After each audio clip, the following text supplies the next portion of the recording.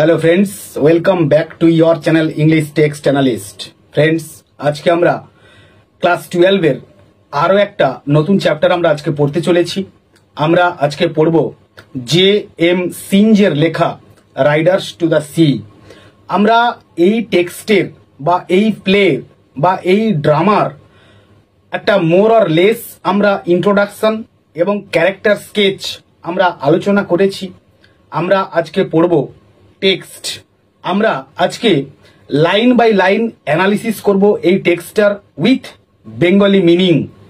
আমরা চলে আসব টেক্সটে সরাসরি। দেখো ফ্রেন্ডস, আমার কাছে দুটো বই রয়েছে।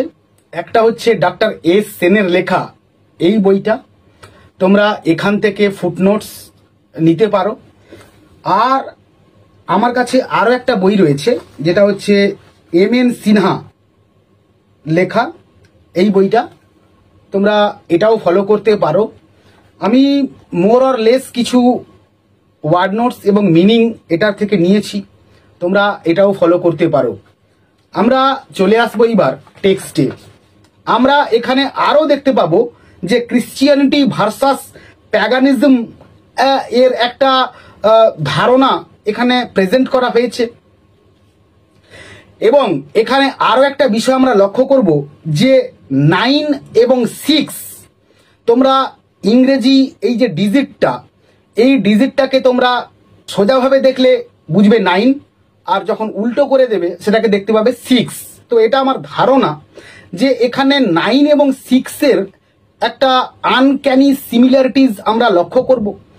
এখানে আমরা দেখতে পাবো যে বাংলাতে একটা কথা আছে যে 9-6 করে দেওয়া, অর্থাৎ এখানে একটা পরিবার কিভাবে 9-6 হয়ে যাচ্ছে, কিভাবে আস্তে আস্তে করে একটা পরিবারকে ধ্বংসের দিকে আমরা চলে যেতে দেখব। তো সেটাই এখানে একটা প্রেজেন্ট করা হয়েছে। তো 9 কি না, বাটলে যখন সমুদ্রে যাবে আর কি, তো তখন সে বলছিল যে I maybe come back in 2 days or in 3 days or maybe in 4 days।